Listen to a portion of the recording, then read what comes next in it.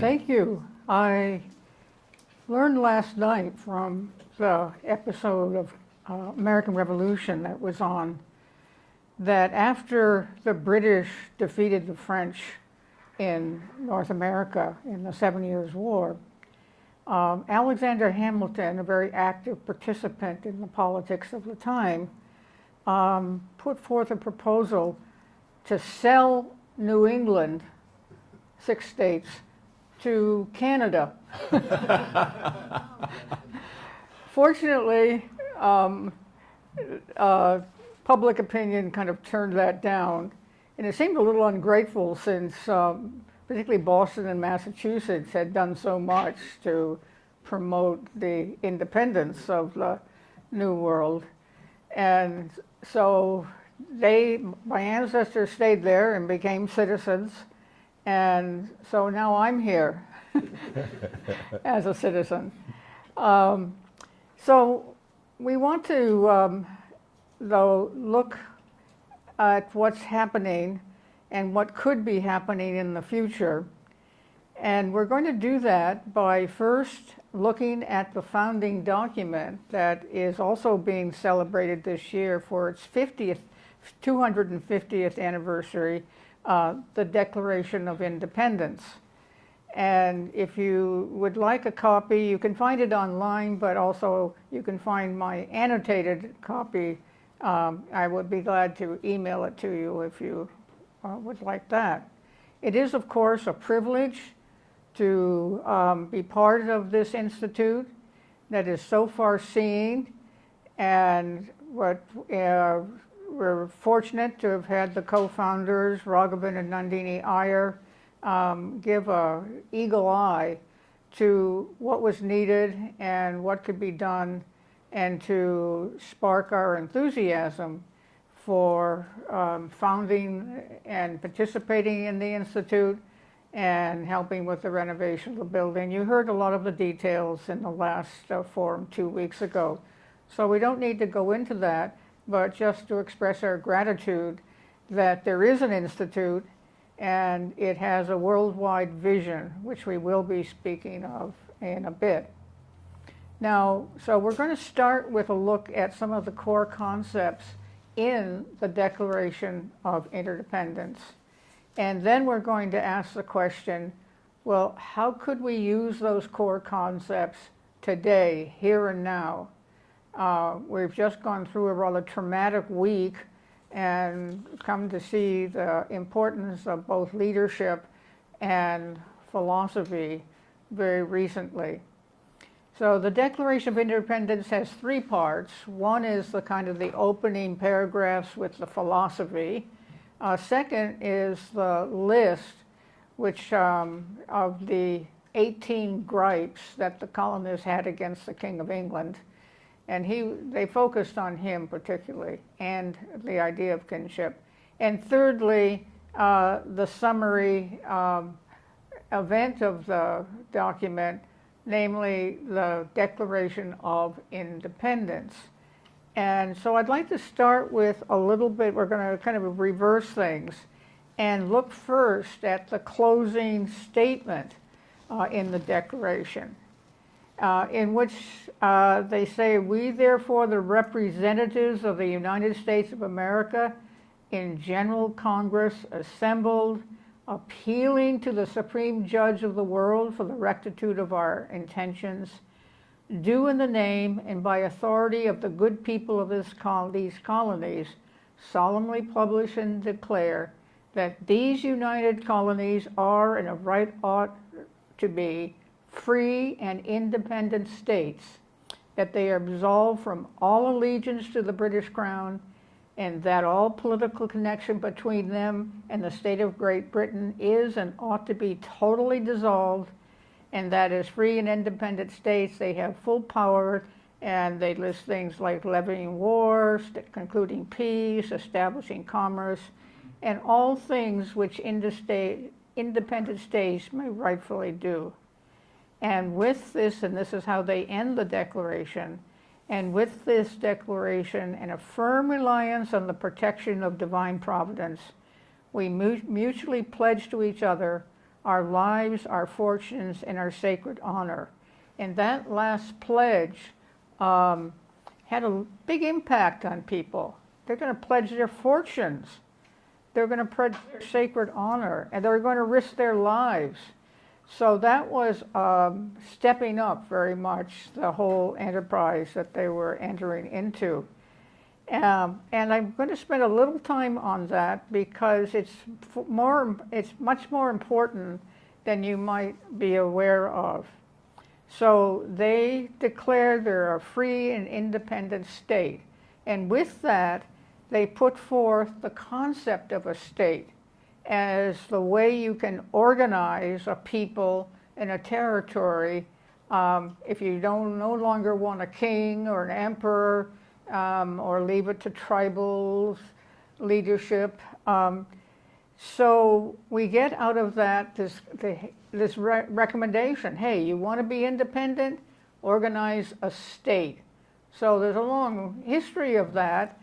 All during the 19th century, one after another, groups of people that usually were part of an empire declared themselves to be free and independent states.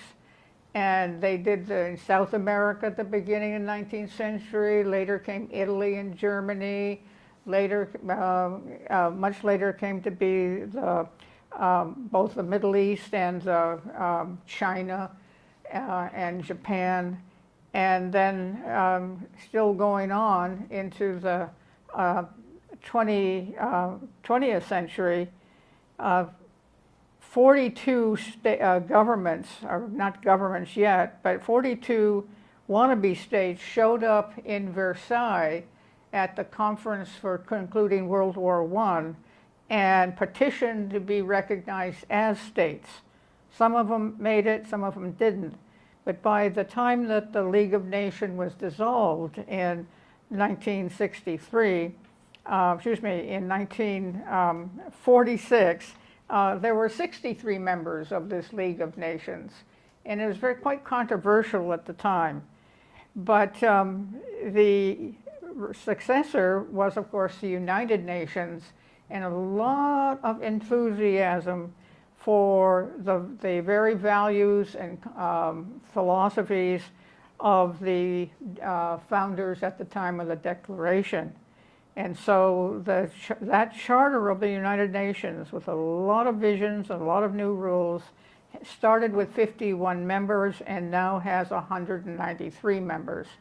And one interesting fact about the entrance to the United Nations, you couldn't come unless you had a constitution, because that's the other thing the founders of the revolutionary period in America, that you had to commit yourself to a constitutional form of government.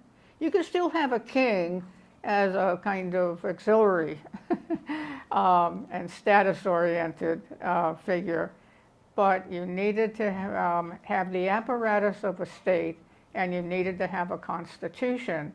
And that was a long-term legacy of this Declaration of Independence we're about to look at, and see that they were very insightful that way. Kind of the ultimate in the development of statehood was the claim of sovereignty, and in Article 5, that was much talked about in the last few weeks, it said that all members must use force if necessary to oppose border violations. So when you saw last week the pictures of soldiers getting off planes from parts of Denmark or from Belgium, Holland, Germany, and Italy, other states, they were, in a sense, enacting this provision of so-called Article 5.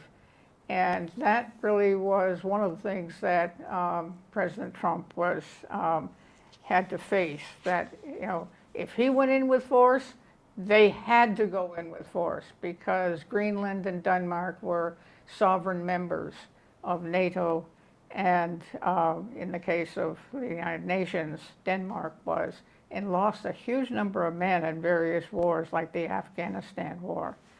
So statehood and became the accepted political mode of organization, though sometimes somebody wants to have dissolve that and have just one world government, and that always gets the conservatives up here. Yeah, but now, in this 2026, and what we witnessed in the last few months, and not just few months, where we're at right now is chaos. There's chaos about leadership, about duties of states, about wars. President Trump recently bragged that he settled 8 wars, and so everybody's kind of, where are the 8 wars? And when they looked at them, some of them were so small that the wars lasted 2 days. Some of them are still going on, like in Ukraine.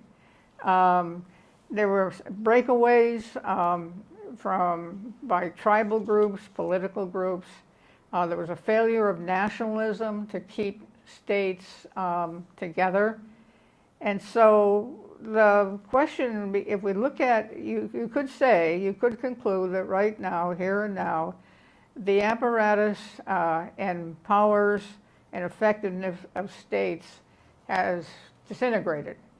And that and it's hard to know who's in charge of Afghanistan or Tajikistan, or who's in charge really in Brazil.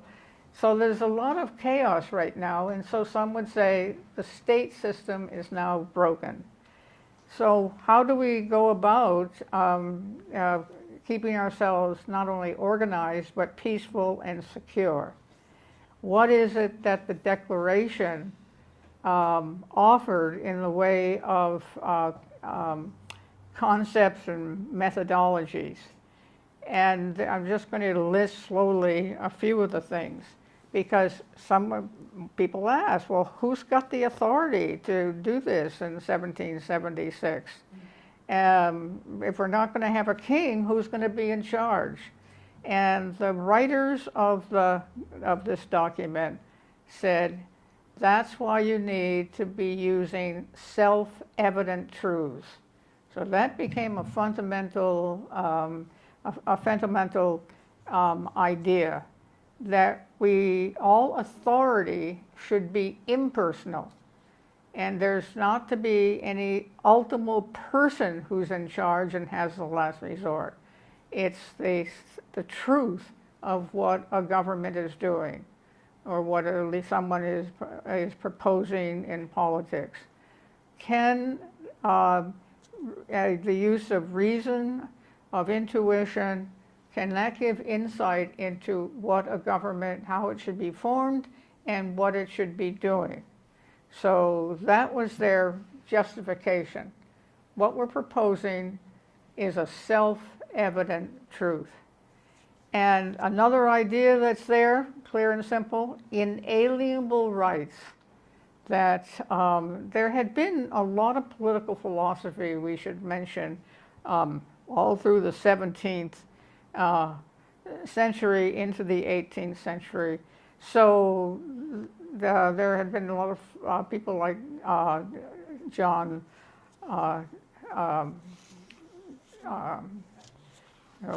his name's going out of my head, but anyway, they were Thomas Hobbes and James Harrington and John Locke and Montesquieu in France. There had been a lot of books being put out with the philosophy of a good government that kind of prepared people's minds for some of these ideas. And one of them was inalienable rights. And the idea that human beings, all human beings, have rights they cannot be separated from. So that's kind of current right now. And you find out what these rights are by reason and political debate. And of course, what was done in this country was to put together the Bill of Rights, attaching it to the Constitution, because Jefferson insisted, after the Constitution was developed and put into action. What's missing is a real clear statement of rights that cannot be separated from anybody. The idea of the consent of the government, the consent of the governed, who were seen as offering a social contract, accepting whatever system, whatever impersonal authority had been set up. And so that was something that they, as we'll read off a little bit in a minute. So those are, and then the right to alter or abolish a government that is destructive, that is being destructive of inalienable rights. And one of the things they accuse the King of England of doing is seeking to have an absolute tyranny over the colonists. So that's where you then find in the first two paragraphs the philosophy of this, and that this, what they were doing is going back to the separate and equal station to which the laws of nature and of nature's God entitle them. And so these self-evident truths, they are the foundation of these inalienable rights. And among these are life, liberty, and the pursuit of happiness. You've all heard this. And to secure them, governments are instituted deriving their just powers from the consent of the government. And so that's what they envisioned and is more familiar to us. They elaborate all on the different safeguards that they want to put up. And we could go further and say, well, we go back and we look at these paragraphs and say, well, what are the core concepts that they were focused on? And we've chosen, and unfortunately the word liberty, equality, all men are created equal, that was about as radical as you could go, and equality got left off the flyer. But my co-partner here, we've picked out 5 core concepts that we think are in the Declaration of Independence and can still be used today. Liberty, this whole idea that and that's what they experienced when they came to the New World. Once they got off the boat, they could go move about. They can decide to live in Boston, or they want to be out in the outlying areas. There was a lot of personal liberty that they had by coming here in terms of courtship in the hands of the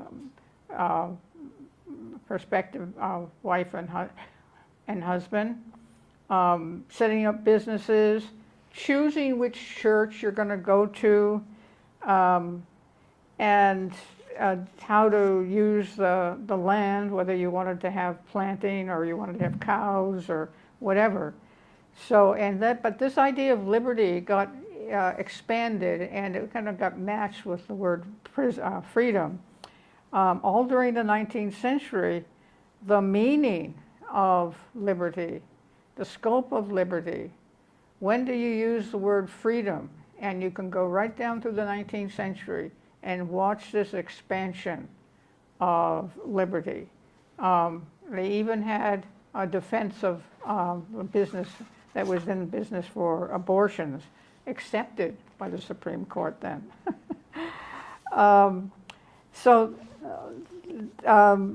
They brought in the notion of conscience, but liberty was linked to expansion of the suffrage movement. Particularly, the women started their 72-year battle to get the vote. The various rules about property and the rights of property. And so we could spend a lot of time on the expansions that came in the 19th century, including the whole right of conscience to refuse to participate in a war. That one popped up. So that could be traced down, but it's not where we're going right now. Equality, all men are created equal. Notice it's created equal, and it doesn't mean they are equal, far from it, but they are have the same potential. And that was a kind of that was a bold idea, that all human beings everywhere have the same potential, and they would see it, if they're Christian, as a God-given potential. The problem, of course, was slavery, and there certainly seemed to be a contradiction with ideals, and it took really it took 200 years to really face that, although it was abolished as a result of the Civil War that they had to go through. Another core concept was justice, the use of law to make government decisions or to protect rights. Due process, these are in the Constitution and being rather widely ignored right now. That they must find a balance between nature's and God's laws and what they might think is good for the individual. So they knew they had to have some limits, but also some expansions of rights, anything to do with justice, whether it's in relation to property or whether it's in relation to the individual. The fourth in our list of core concepts is social responsibility, which Danson's going to speak quite a bit of. But certainly there's a civic obligation that is everyone who lives here has, even now we have 5-year-olds going through the process. That wasn't what was desired at the time. Consent of the governed, democratic responsibilities. So there's a whole lot of debate and expansion of rights and duties that comes under the heading of social responsibility. And finally, community, that part of the vision, it was subtler, but the vision was there, the feeling of friendship, of shared culture and values, and that was seen to be essential to keeping tyranny from developing in the state. So all those core concepts we've mentioned, and there's obviously many others, they are elements and values that are expected to be developed within this state. So it's not just a question of sovereignty and obedience and things like that. So, but how can aren't they being lost or ignored, and what can we do about it? The question is, has the United States lost its vision? Are the meaning and use of the concepts we've mentioned, and there is token only? There are obviously voices that would say, well, you don't have justice in this system, and it's kind of rather largely being questioned right now, and there was another killing of somebody in Minneapolis. So how can you kind of talk about the United States and its vision and its opportunities and its protections of freedom and justice and community and all that, when you look at the facts, we don't look like a very good exemplar of the values and concepts that are in the Declaration of Independence. And of course, we can expect that, I hope everybody in this room, if they haven't ever, will go home before they put their head in a pillow, read the Declaration of Independence, because the language is so amazingly exciting and inspirational. And they have Jefferson and really Tom, the 5 men, plus the invisible help of Thomas Paine. He was the one that could really, zero in. And of course, if you look at the politics of 1774 and 5, it's all fragmented. And people weren't kind of moving in any united way towards independence. There were the loyalists to the crown, but how can you convince people that that's really where they want to go? And that was not easy.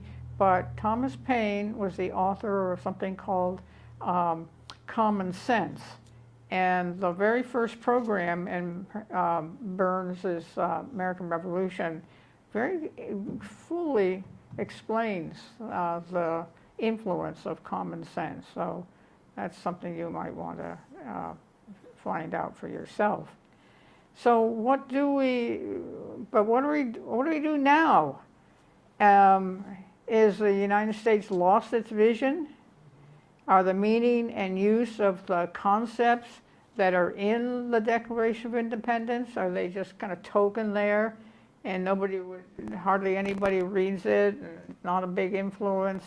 We turned the vision into, well, if I have a house, a car, and a full-time job in healthcare, well, that's it. That's what America's all about.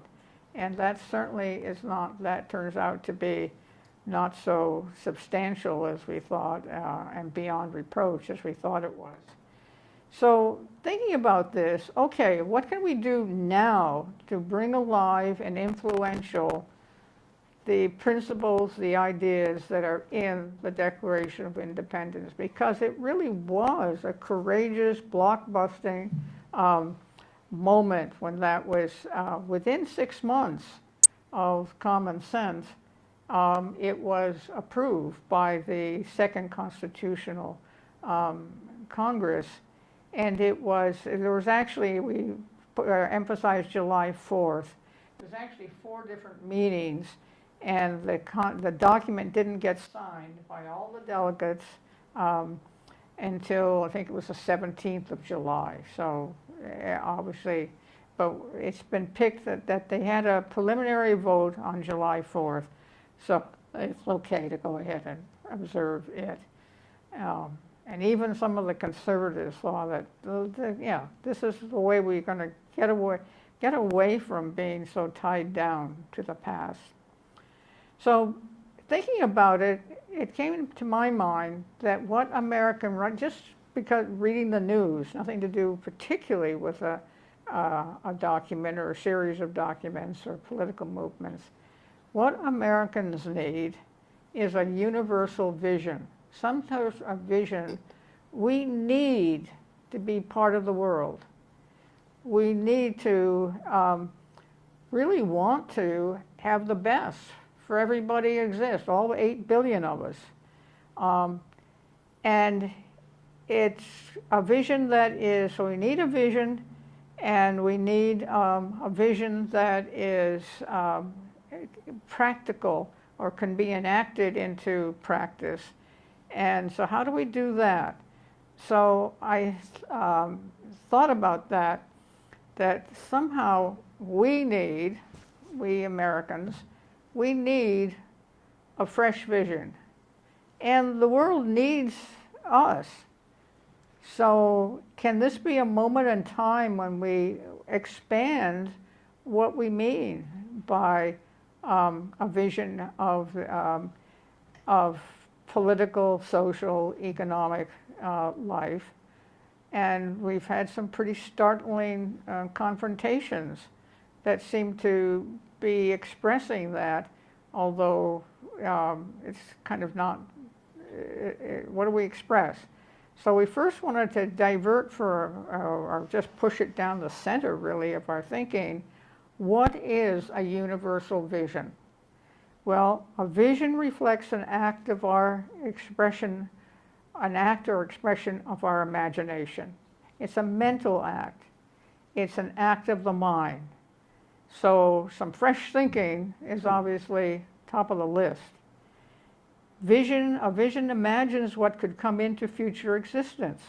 It gives instruction, guidelines a plan for action. And that's what you find that going back to 1776 to the 8 years of the war and then the time after that, people were having ideas. They were putting things into practice. And that would continue in the 19th century in its way. Hey, we need public education. We need education for women. We need more liberty for women. And so it goes, and you can just find all kinds of supportive facts. So there is assumption in a vision that something good or better could be created or come into existence. And this will take some experiments, and there were lots of experiments, like the communal experiments of the 1830s, 40s. I mean, because of a depression in the late 1840s, New York City practically emptied because there was no work and there was no way to get food, and so that's when they just poured out into the countryside and created all these ideal communities. What's the scope of the vision that we need? And we're saying it has to be the whole world. It has to be the people, but also the conditions of the whole world. We've kind of learned, where did the COVID vaccine come from? And it was a laboratory in China, really, or whatever it is. And where will it come now? We think the current president thinks he has a vision, but it doesn't seem to come across that way. Is it a garden in my backyard? Well, people would say, hey, this is part of what we need to do. Come out and grow our own food, and it will be more nutritious because we grew it and we didn't put a lot of Roundup on it. So that's a big question mark. Or is the vision, the scope of the vision, the entire cosmos, the entire manifested and at least physical and psychological elements of the universe? And so what is it that lives in it? All right, so how about the layers of psychological memories? Is that part of it? It's not just the physical characteristics of nature. Some have talked about the universe of human beings. And I remember when this came up in a recent discussion, someone said, well, what about plants and animals? And so the group kind of said, well, yeah, everything that lives, everything that exists, that's all part of the scope of a universal vision we develop. And also, a vision recognizes, doesn't run away from, interdependence. Cause and effect. And one of the tricks they did in this document, they spoke of nature's laws, including God's laws. So even God is under nature's laws. That's not going to win them friends with everybody, definitely. So that brings us to, I can't see the clock, but 7 minutes. 7 minutes, yeah. Well, so I kind of sat down and said, okay, why don't you do something honest? Why don't you actually sit down and try to imagine what would be part of a universal vision now?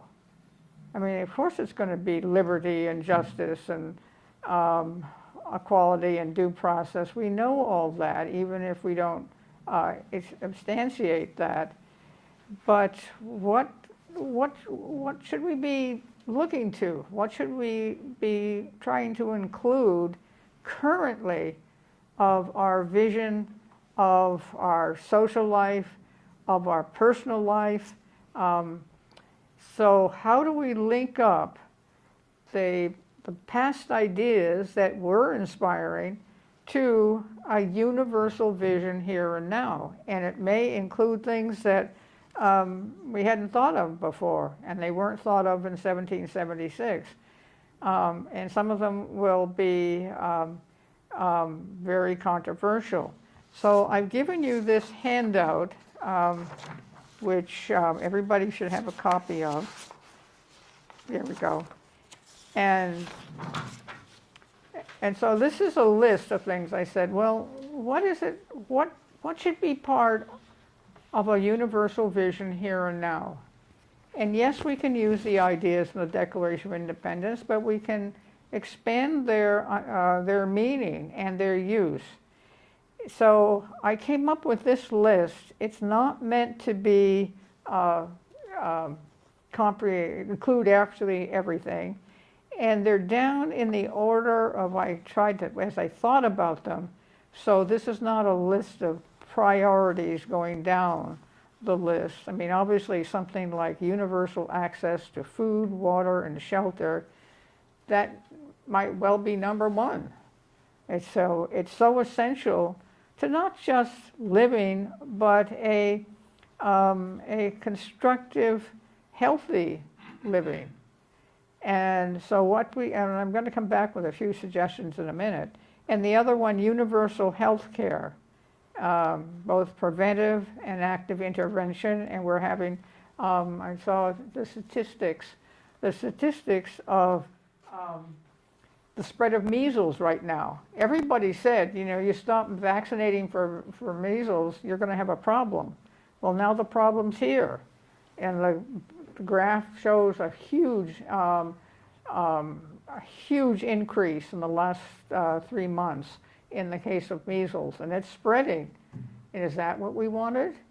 And so we probably all have our stories about healthcare and what is useful and what's not.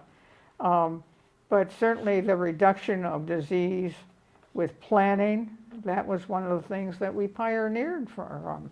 And we used to have these teams of people who would go to other countries when there was they had something they could not actually deal with themselves, and set up clinics and things like that. Obviously, we go back to, in the news we have so many examples of elections that are not free and open, and it's routine in many states for whoever's in government to arrest and put in jail anyone they see as possible opposition. So I'm inviting you to look down this list, and I would be interested, and you can take it home and send it back to me, or you can deal with it right now. I suggested you check or you number at least 4 pathways to a universal vision in which human beings, including us, would try to figure out a way to help, but to think internationally, because I think that would give us more inspiration. If we just tried, lots of NGOs are working to bring about clinics and food banks and all kinds of things. So there are people who are trying to help, but it tends to be local. It tends to be something they can go out the door and with their car go. Well, we stood outside a church where they had a big table. This was in Oxnard, and people could bring things, just leave it on the table, and then other people could come and just ask, I really need a jacket. I really need shoes for my kids. Oh, well, here's something. Why don't you take this? No money. No money. Just all from from gratefulness and generosity.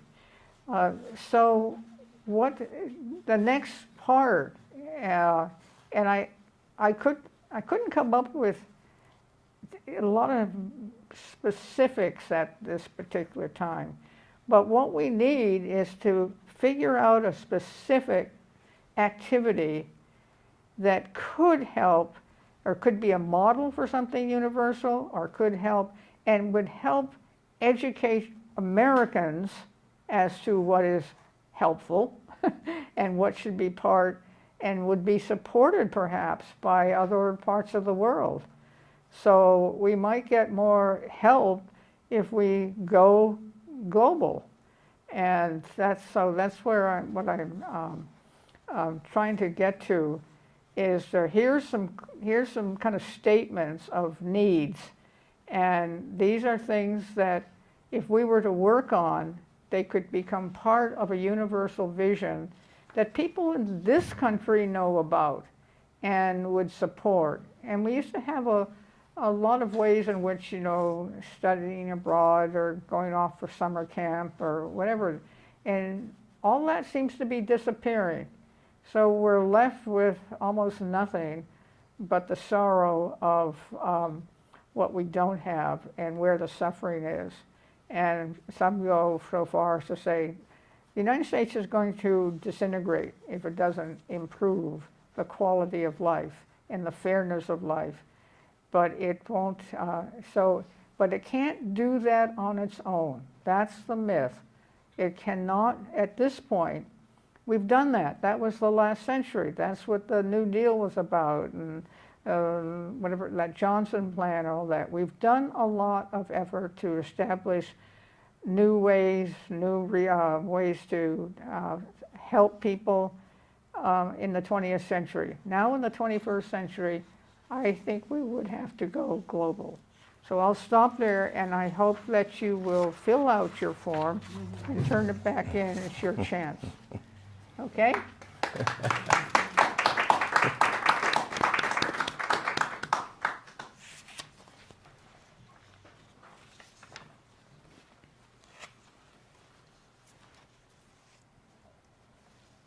It's all yours. The theme for my presentation today is expanding vision of American dream, social responsibility, and community.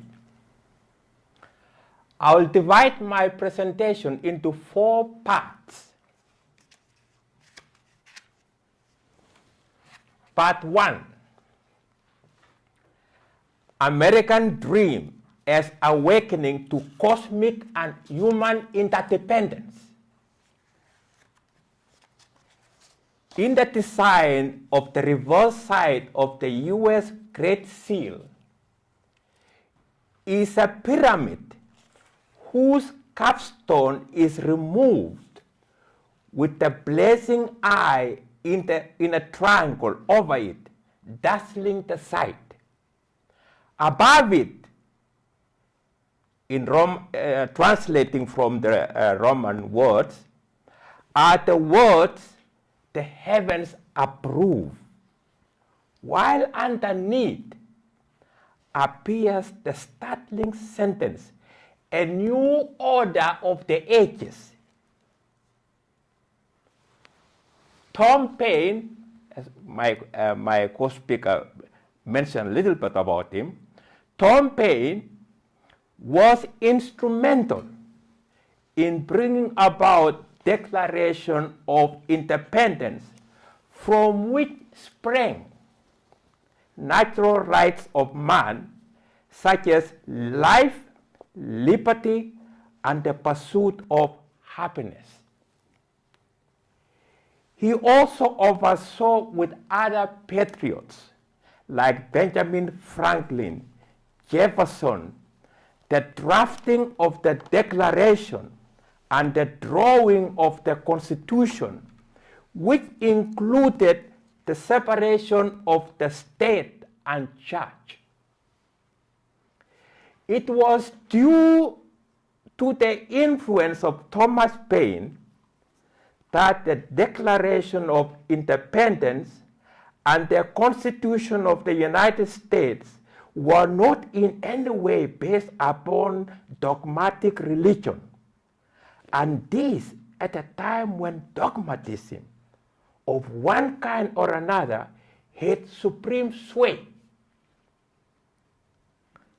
Tom Paine further stated, "There are 2 distinct classes of thoughts: those produced by reflection and those that bolt into the mind of their own accord. I have always made it a rule to treat these voluntary visitors with civility, and it is from them I have acquired all the knowledge that I have.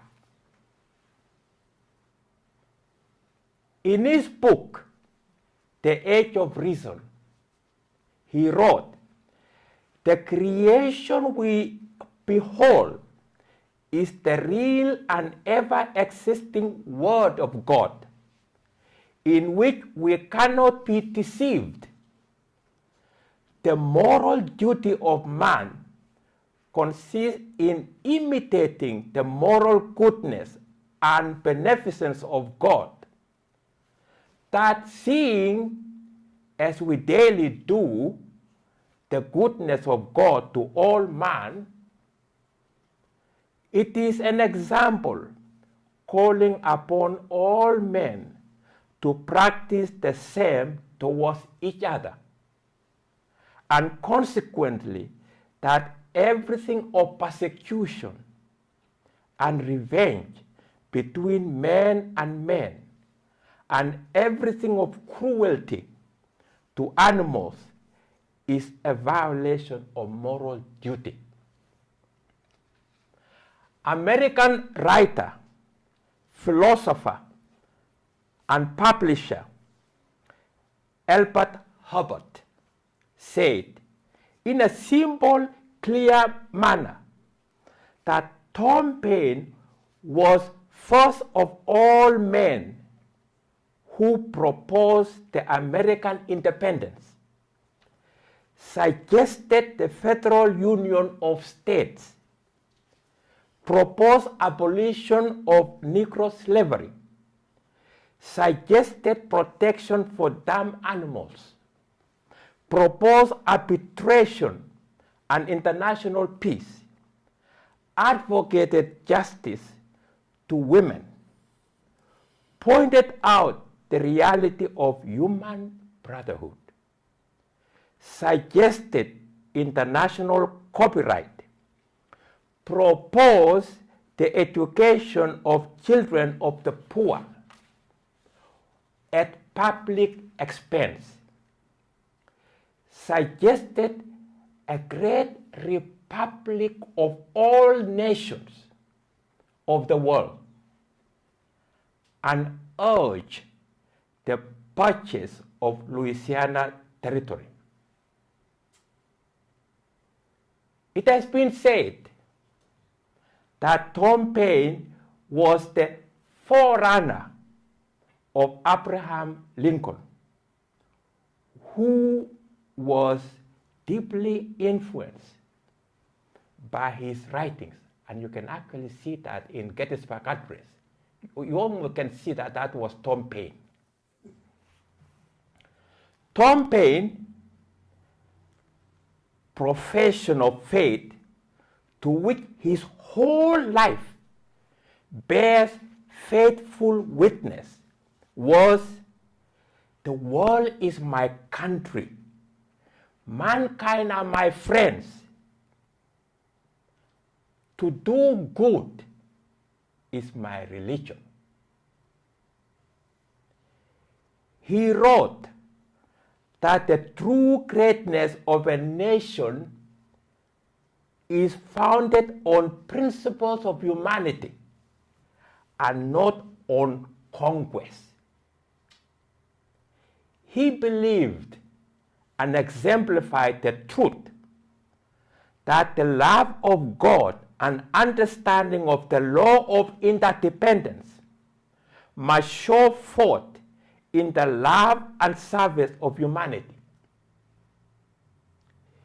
He is sometimes known as a theophilanthropist, lover of mankind. When Tom Paine says that the world is my country, he was in fact enjoining us to be world citizens, and even citizens of the universe, for that matter. When astronauts are in space or land in the moon, they see only one blue earth. The individual national boundaries fade into insignificance.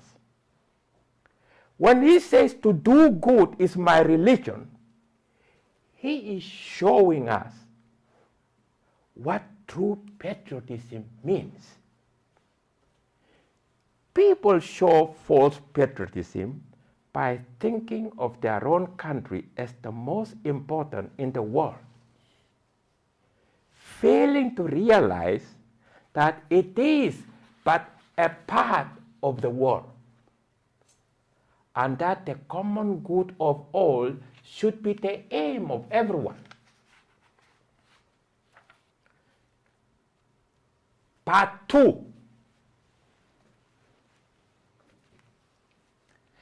Nonviolence as the golden thread running through independence and interdependence.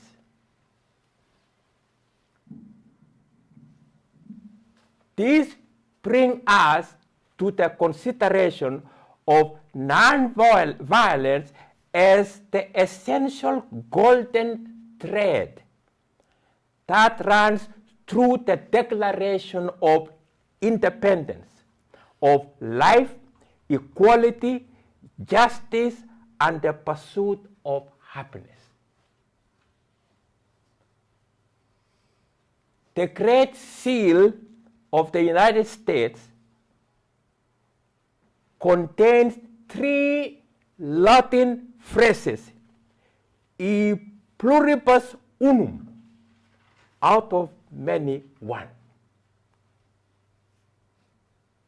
This has to do with the logic of unity, equality, and diversity or liberty. It should be understood that there could be no diversity without unity as a basis.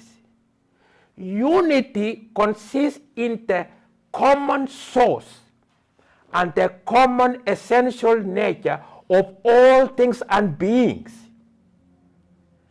As all beings are interdependent because of their common source and power, whether latent or expressed, this interdependence premises and demands a common goal for all, hence a common plan. The source is one. The goal is one. The path varies with the individual pilgrim soul. That makes the diversities. Unity is found when the individual pilgrim recognizes both the source and the goal and brings his path into harmony with both. It is the power of unity that makes diverse paths painful and by suffering forces recognition.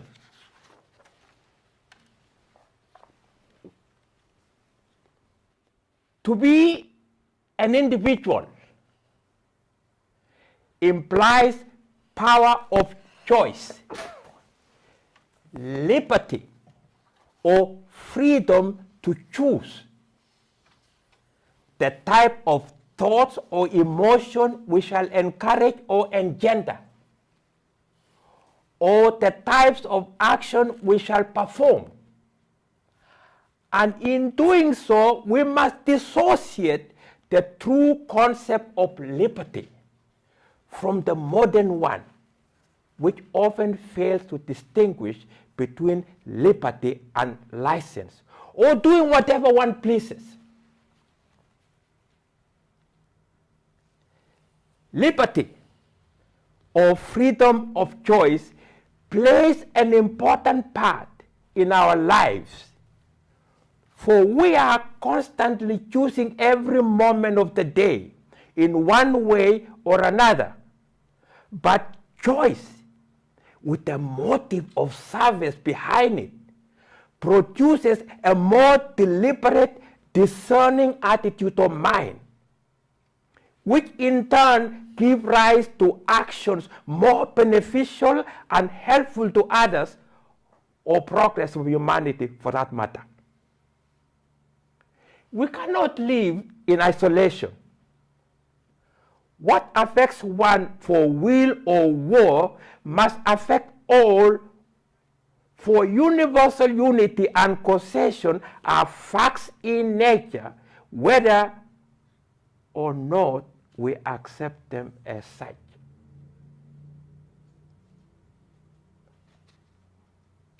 For Mahatma Gandhi, the apostle of nonviolence and truth, human brotherhood and sisterhood meant that we are inseparable from one another. And we cannot injure our neighbor without injuring ourselves.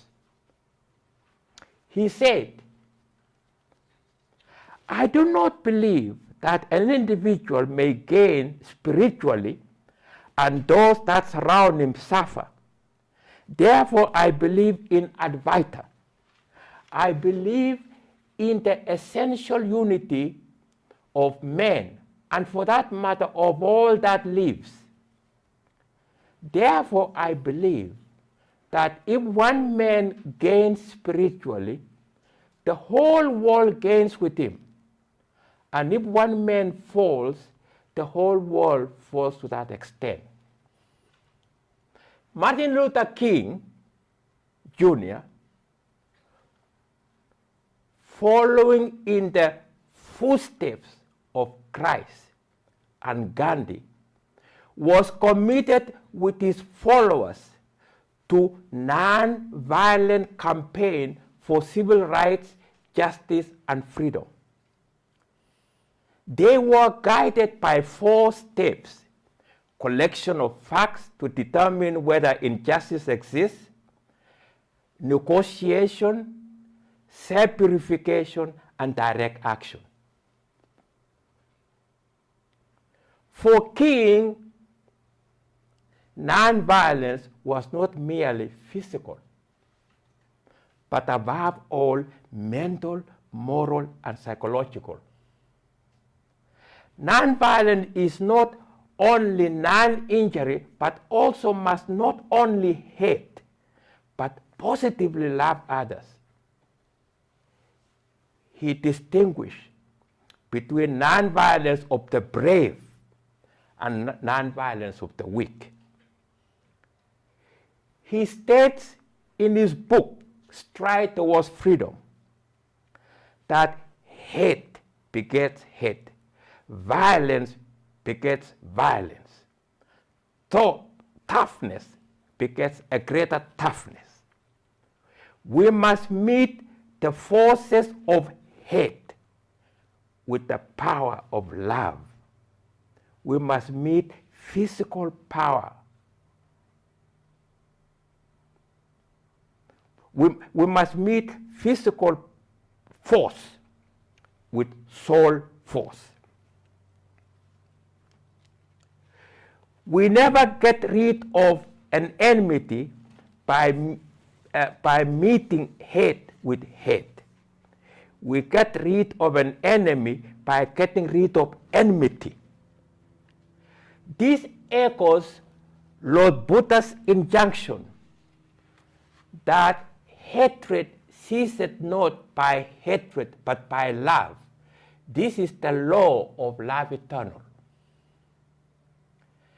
A recurring theme in King's sermons and speeches from the beginning of his career to the end was his dream of what he called the beloved community.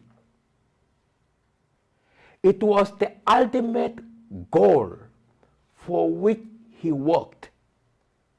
The beloved community was an integrated community in which all men and women of all races and creeds lived together harmoniously as brothers and sisters. the substance of the dream is expressed in these sublime words, lifted to cosmic proportions. We hold these truths to be self-evident, that all men are created equal, that they are endowed by their Creator with certain inalienable rights, that among these are life, liberty, and the pursuit of happiness. In his book, Stride to Freedom, he says that human progress is neither automatic nor inevitable.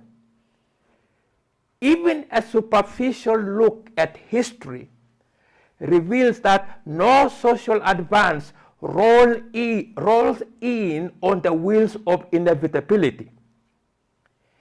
Every step towards the goal of justice requires suffering and struggle, the tireless exertions and passionate concern of dedicated individuals.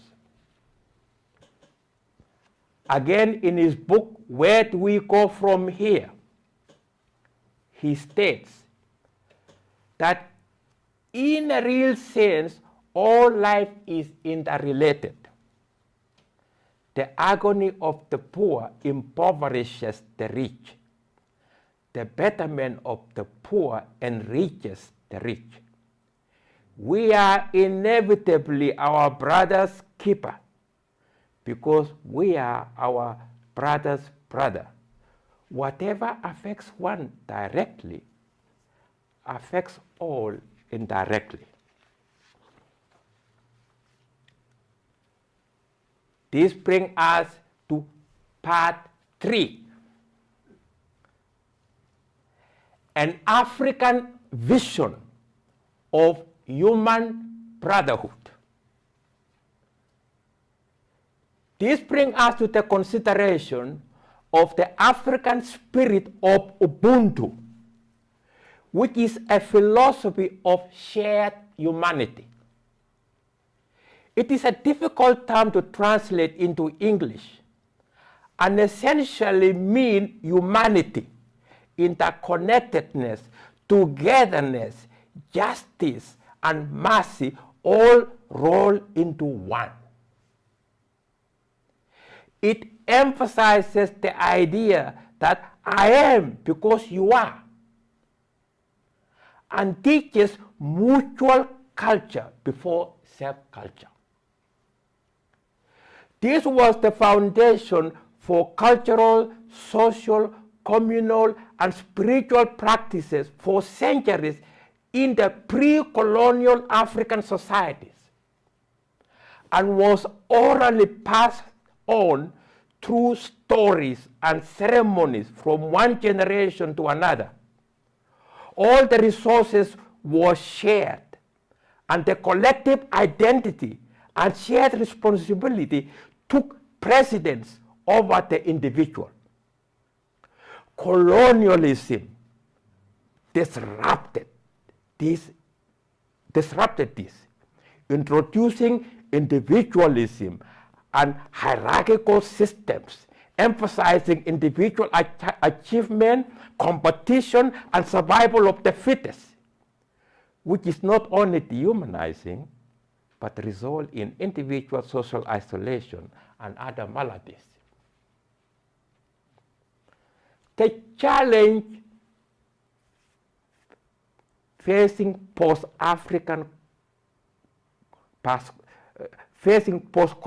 African societies and the world, and the modern world in general, is how to integrate the individual and the community through the process of individuation and universalization, grounded in Ubuntu, human brotherhood, and interconnectedness. In African thought, as Kenyan theologian John Mbiti tells us, an individual doesn't exist alone, but in relation to others. We shall now highlight some of the teachings of two African Nobel laureates, Desmond Tutu and Nelson Mandela, who embodied, exemplified, illustrated, and popularized to the global audience the universal values and culture of Ubuntu. Desmond Tutu and Nelson Mandela both emphasized the philosophy of Ubuntu, which highlights interconnectedness of individuals and importance of community. They believe that social responsibility and interconnectedness are essential for fostering a just and compassionate society. With Desmond Tutu's famous saying, "A person is a person through other persons," reflecting the core tenet of Ubuntu. They both were advocates of nonviolence against apartheid. After apartheid ended, the question was how to deal with the horrendous, ghastly crimes and problems of the past.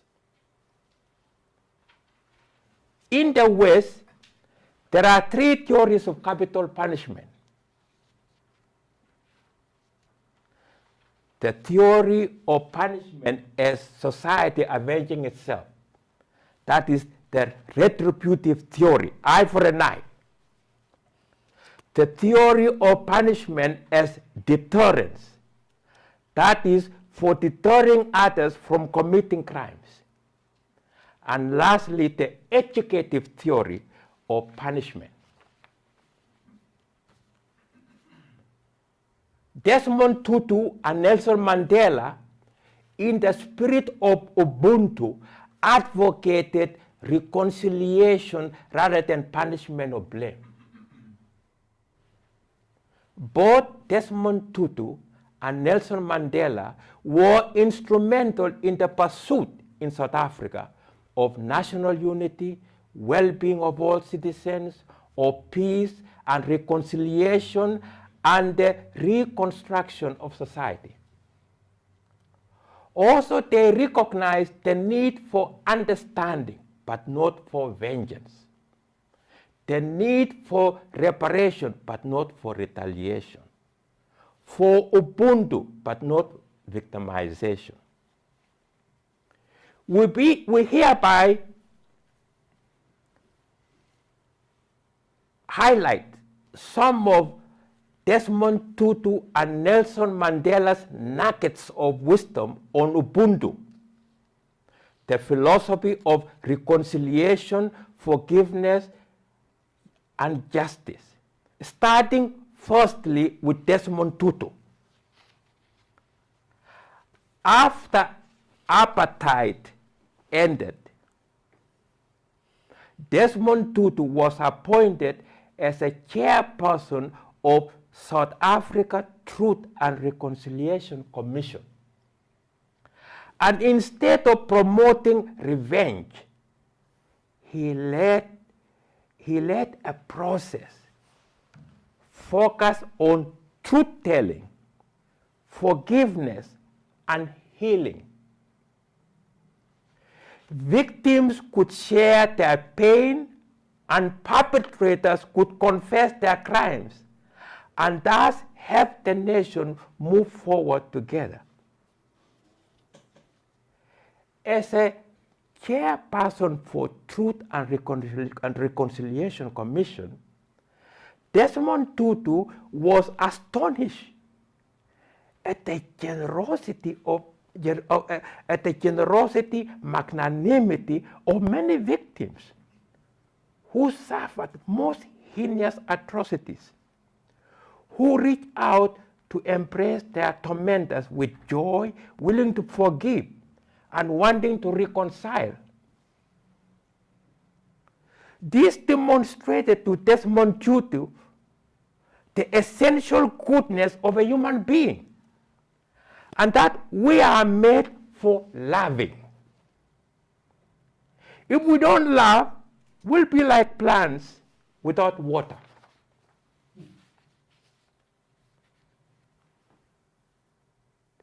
Desmond Tutu showed us by example that forgiveness is strength and not weakness. It demands tremendous moral courage, far superior to physical courage and willingness to be vulnerable. Desmond Tutu further acknowledged that in the face of hearing indescribable crimes and violence, he himself, without constant meditation and prayer, could easily have disintegrated. He also shared his insight as to the mystery of why some people, in the face of tremendous suffering, thrive and become magnanimous and compassionate, while others fall apart. In his book, No Future Without Forgiveness, he shows us forgiveness implies freedom and ceasing to brood over past wrongs. He cited an incident of 3 U.S. ex-servicemen standing in front of the Vietnam Memorial in Washington, D.C. All 3 men had been held captive by Viet Cong. One asked, "Have you forgiven those who held you prisoner of war?" "I will never forgive them," replies the other. His mate says, "Then it seems they still have you in prison, don't they?"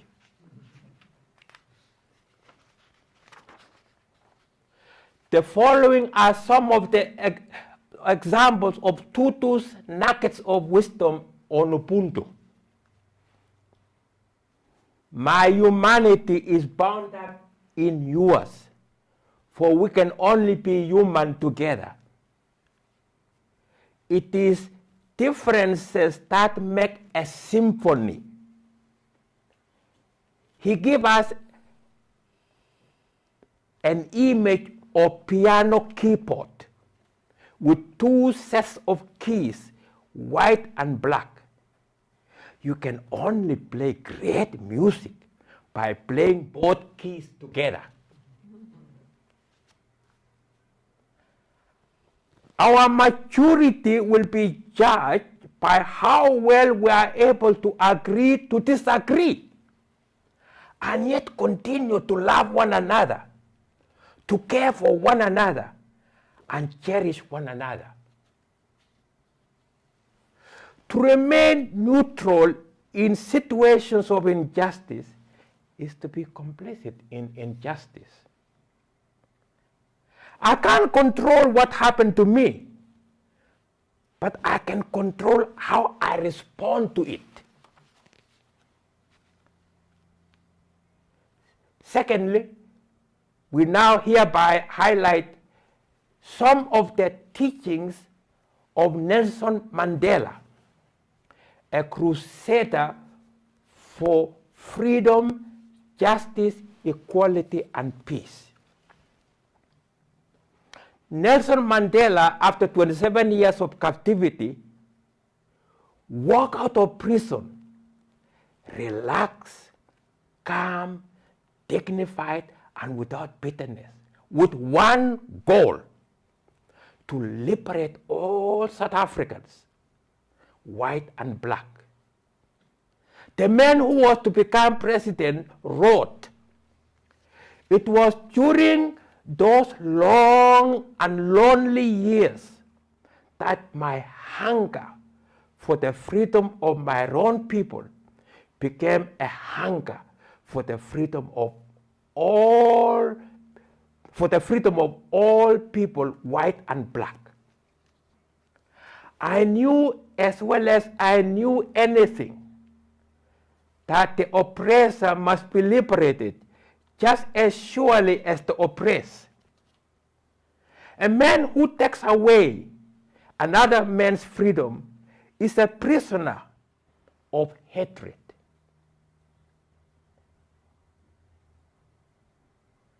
He is locked behind the bars of prejudice and narrow-mindedness. I'm not truly free if I take away someone else's freedom. Just as surely I'm not free when my freedom is taken away from me. The oppressed and the oppressor alike are robbed of their humanity. When I walked out of prison, that was my mission, to liberate the oppressed and the oppressor both. Nelson Mandela, as a prisoner of conscience like Socrates, felt that there are things so noble that one is prepared to die for them. Mandela was indeed a visionary leader. The following are brief examples in his own words of wisdom of Ubuntu and ethics of interdependence, freedom, and justice.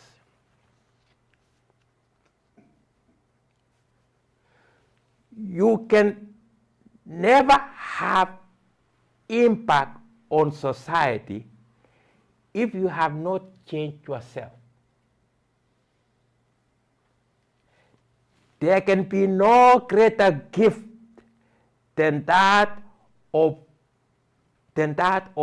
one's time and energy to help others without anything in return. No one is born hating another person because of the color of his skin or his background or religion. People must learn to hate, and if they can learn to hate, they can be taught to love, for love comes more naturally to the human heart. And then he said, do not judge me by my success. Judge me by how many times I fell down and got up again. What counts in life is not a mere fact that we have lived. It is what difference we have made to the lives of others that will determine the significance of the life led. In the present time in Africa, Ubuntu is the common thread, DNA, that runs through the African Unity 2063 agenda or goals.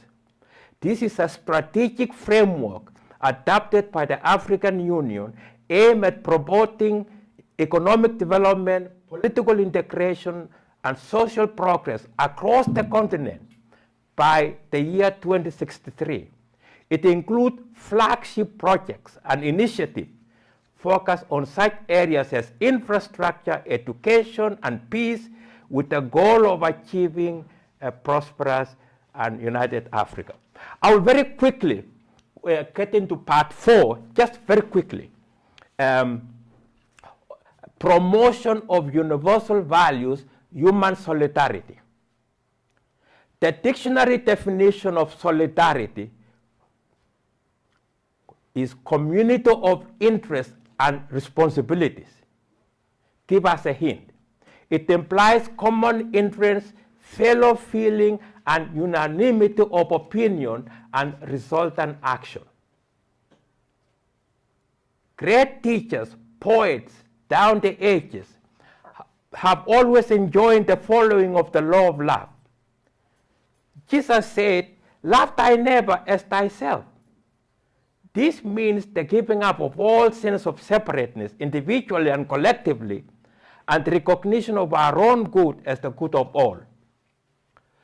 Lord Zoroaster is made to say in one of the gathas, gain for yourself the life of the good mind through the knowledge of the wise ones.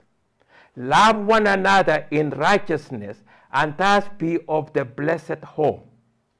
The emphasis is laid on the good mind, the heritage of every human being, which alas is much abused and misused nowadays.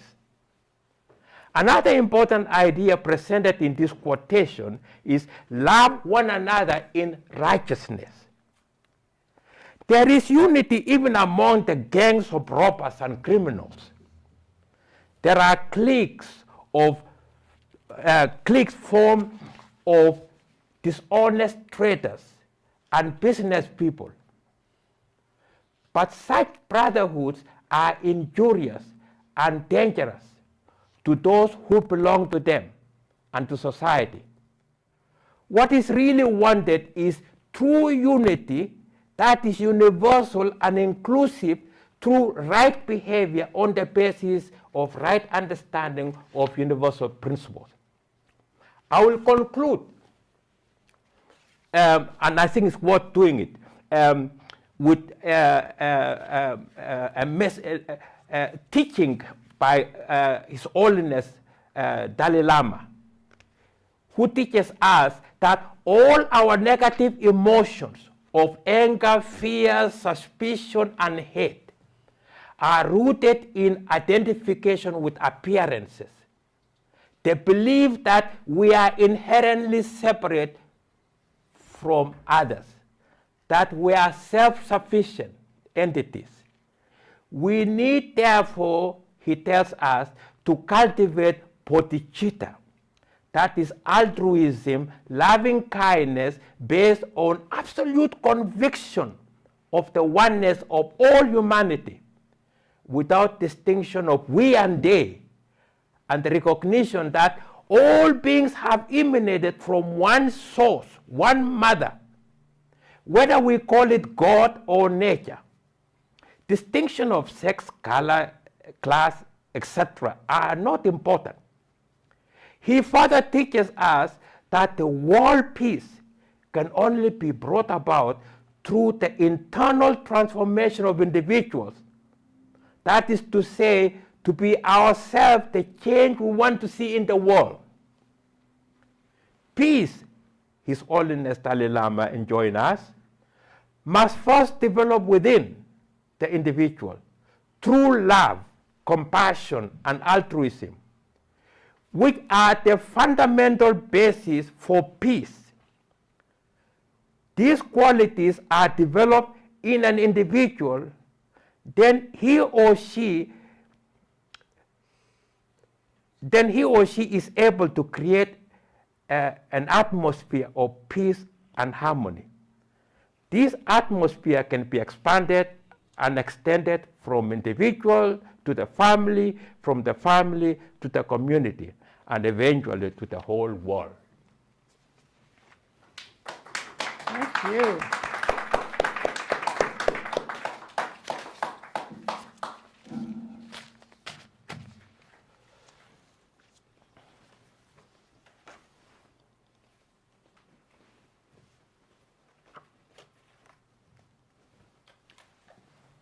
Are you going to type that up, or am I? What? That's, no, it was excellent. But Thank you. We're ready for questions, I believe.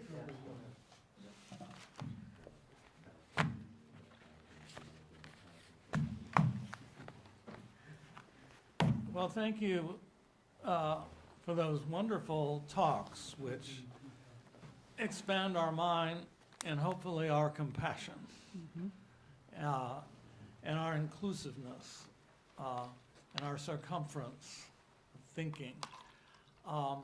And it seems like one of the themes, of course, is the one in the many, or unity and diversity. And it seemed, so one question that comes up among many is, both of you indicated that in one way or another that maybe different regions of the world below the great powers, so to speak, I put those in quotations, by the way, powers, but the different regions in the world can begin to unite and become more interdependent in themselves, beyond just one nation state or one great power. That could be a very good source of where to look for the kind of interdependence both of you spoke about. So I'm wondering if you could say a little bit more about the sub-regions of the world that are not just the major governments or big powers, and how that might help us create more interdependence.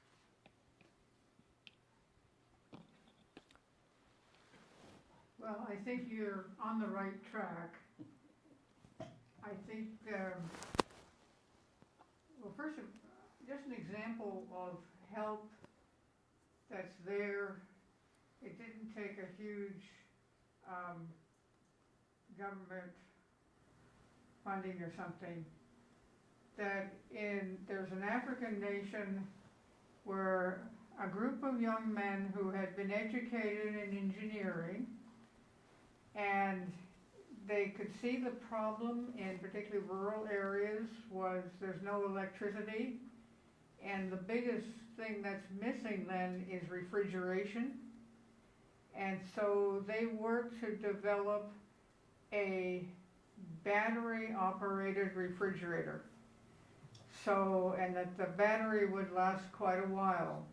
And so you didn't have to string lines across hundreds of miles. You could bring refrigeration as well as electricity right into people's homes, and then you also give jobs to those who would go around and change the battery. It reminds me of the way I get pure water delivered about every 6 months or something. So there are efforts, and there's others you can read about, and there's a lot from what we heard very rich examples. What I have heard about is there's a lot of activity going on in these smaller states where they're figuring out, they just kind of got it from themselves, and they may get a grant or two, but they're not dependent upon that to help them apply a technology that they have learned about. So I would certainly say that I would want to study the versatility of what's going on in Africa without being any kind of expert, other than the Chinese building railroads and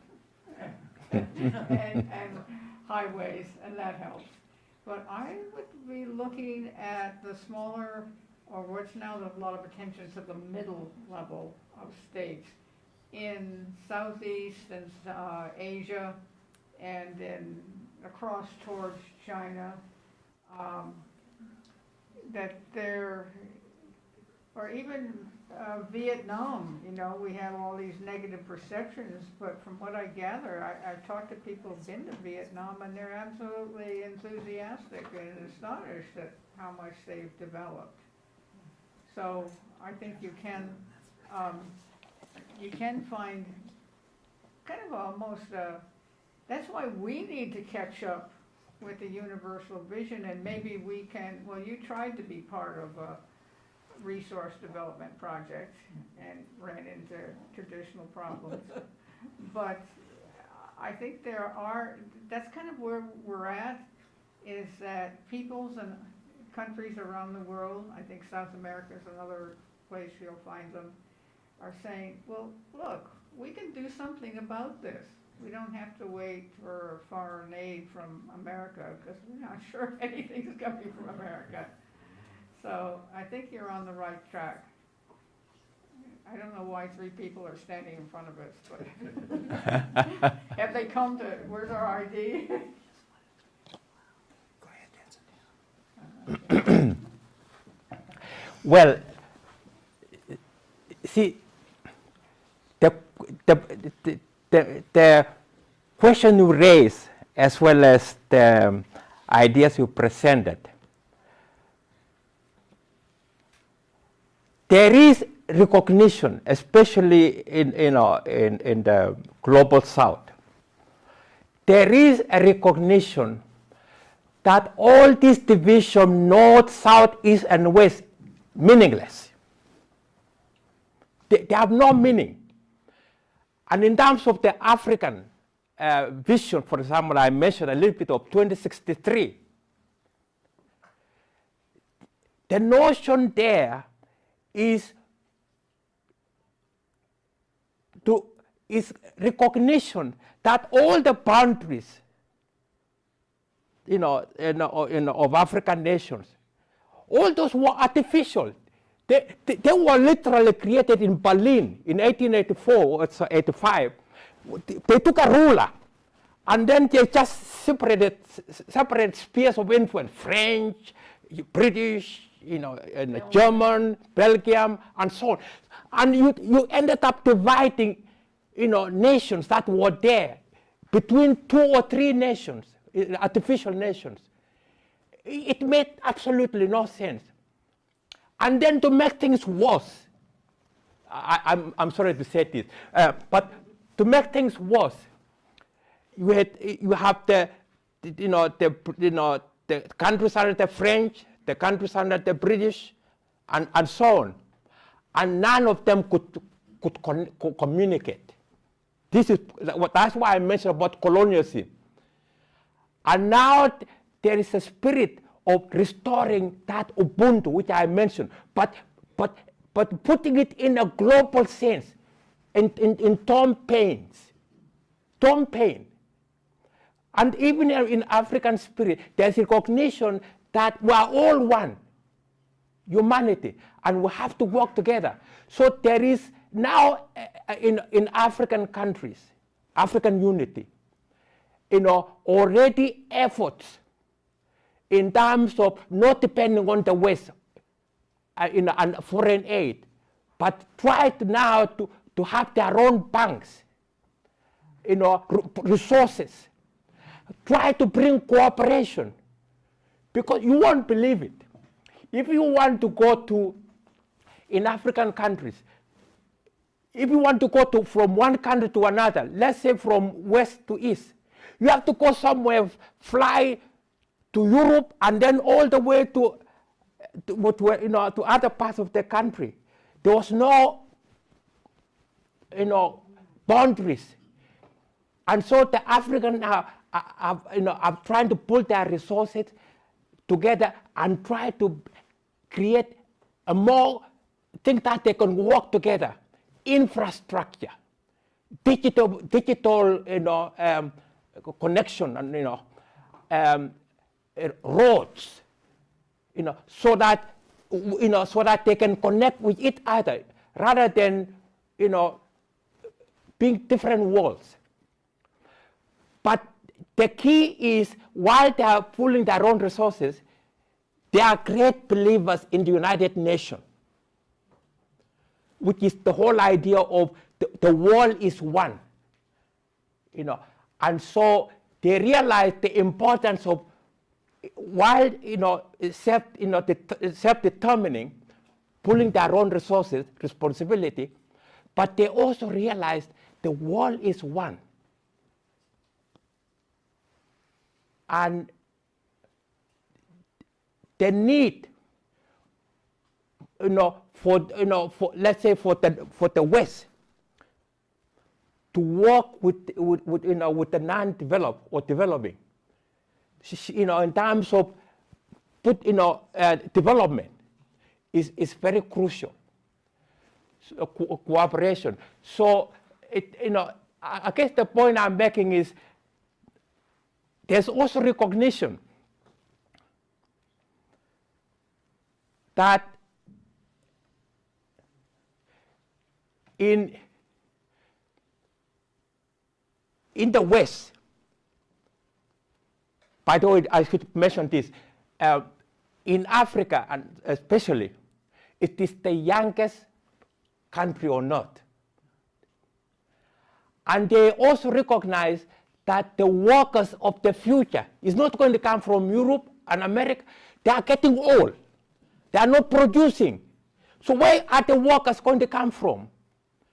So there's also this need of, that the solution for development in each of the countries require global solutions also, working together. So I will take an example. If you take Kenya, for example, that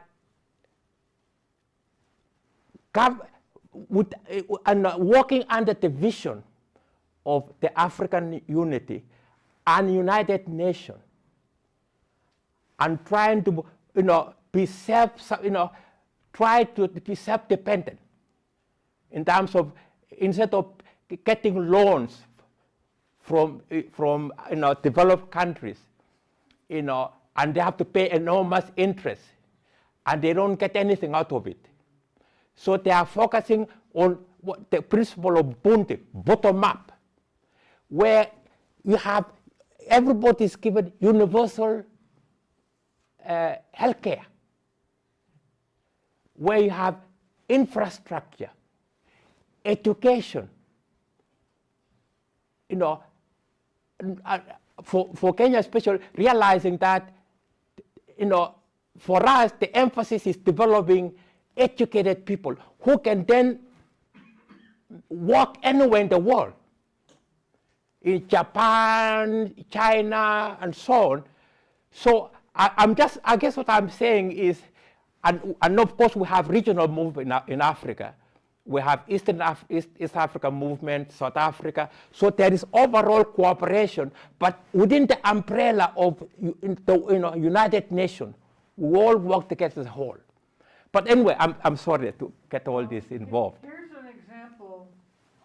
Yes, first of all, the United Nations is doing so much. There are so many agencies you don't hear about, but once a year, you can go on C-SPAN and listen to their annual meetings, so you can find out about them. But here's an example of, I think, where help how can I help? A professor at Berkeley got the idea that Africans could use some technology to just assess their land and their productivity each year. So she put together a team of masters, just of students at Berkeley who were in some appropriate course. And they all were given computers, and they were all sent as a team to an African country, and each was assigned a region in which they were to analyze the productivity of the actual land there and to see what it might need. Maybe it's a different way to plant things, so these students had never been to Africa, but they were just totally enjoying it. So they lived there for the whole summer, and they did this analysis, and then they made these recommendations, which the resources were found to implement the proposal. And they'd come back the next year, and they could measure what's the difference in productivity if they're given the recommendations of these people who could use computers. I mean, what they had, these students, they had computers. And so they could input vast amounts of information and use it to analyze and ask different questions of, and teach the Africans there who lived on the land, owned the land, how to use the computers. So they would, gain their own capacity to do, more sophisticated analysis of how to improve productivity in their fields. And it was a whopping success, and the students were just, they just thought that the people were so human and learned to sing together and all the rest. So, and I think the women in Japan are doing some of these special projects. So yes, you can go around the world, and sometimes they are supported by the UN, and they get someone from the UN who comes and stays for a while and makes recommendations. One big need is to build sanitation systems. But I would put the priority, if I had a few $1 billion, like some people I know seem to have, I would put it into helping education all around the world. Building schools, equipping schools. I think Nancy Martin, I don't know if she's listening or not, but she's worked on getting books and setting up libraries. And there's someone else that Jerry knows who used to, I don't know if she's still alive, but she was setting up libraries and trying to get books into them and all of that. So there are some concrete ways that we can participate in, not as Mr. Know-it-alls, but we can participate in and pass on, which is what the colonials used to do for some people, but they're not welcome, and they've grown old. So I think it's a good wake-up time. But we have to have, as pointed out, we have to have some basic ideas like the unity of humanity and appreciation of the potential of all humanity, give and take on details. So we have to have that moral framework and not be afraid of it. And that can then give a kind of almost an invisible sort of support to specific projects that do, whether it's healthcare or education or environmental things. And so I would encourage you to become more informed of what's happening here, there, and everywhere. And you can Google a particular country or a particular topic, and you can find out so much, and you can even email somebody and say, could you tell me more about this? So that you become, in your mind, you become an active participant in promoting good things that would be of help. And then that's such an example. I sat at an airport waiting for a plane, and this couple sat down, and they had moved from New York to, I think it was Arkansas, up in the mountains. I said, why would anyone go move to Arkansas? It turns out that, well, they found a nice retirement situation, but they were there because they go, I think it was to India, to a particular village once a year and stay for 4 or 5 months and work on projects and work particularly on education, and then they go back to Arkansas. So it was fascinating, and you could just feel the generosity that was working through them.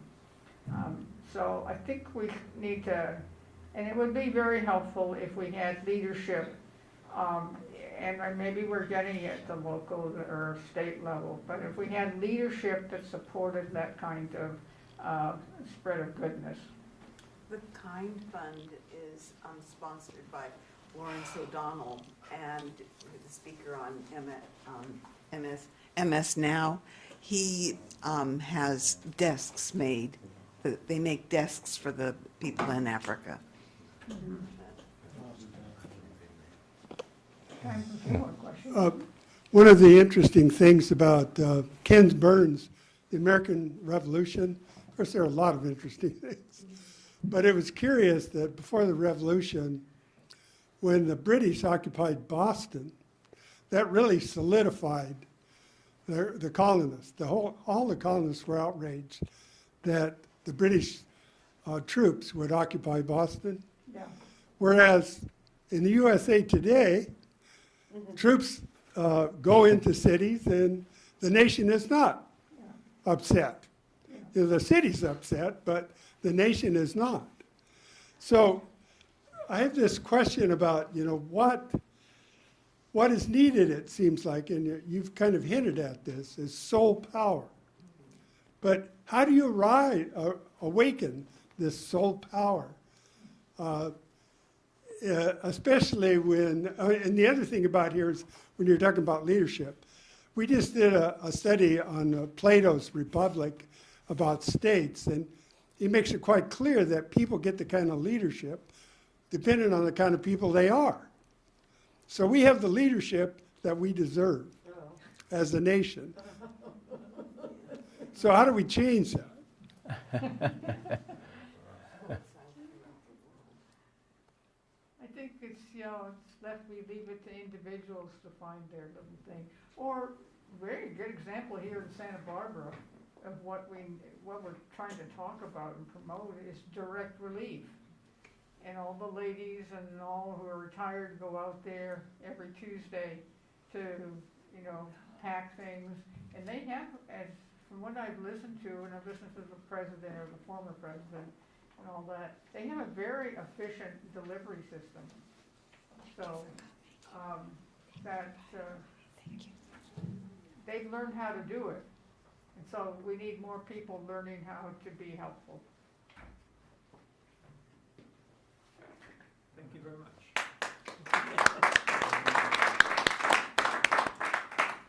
All right, so this has been quite a journey. We examined the Revolutionary Leap Forward. There was the birth of the USA. This was the creation of a new organization of the state. It included the concepts of self-evident truths, inalienable rights, the consent of the governed, and freedom of religion. Concepts that we take for granted and shouldn't. We heard about the African vision of human brotherhood, the philosophy of love, freedom, justice, and reconciliation.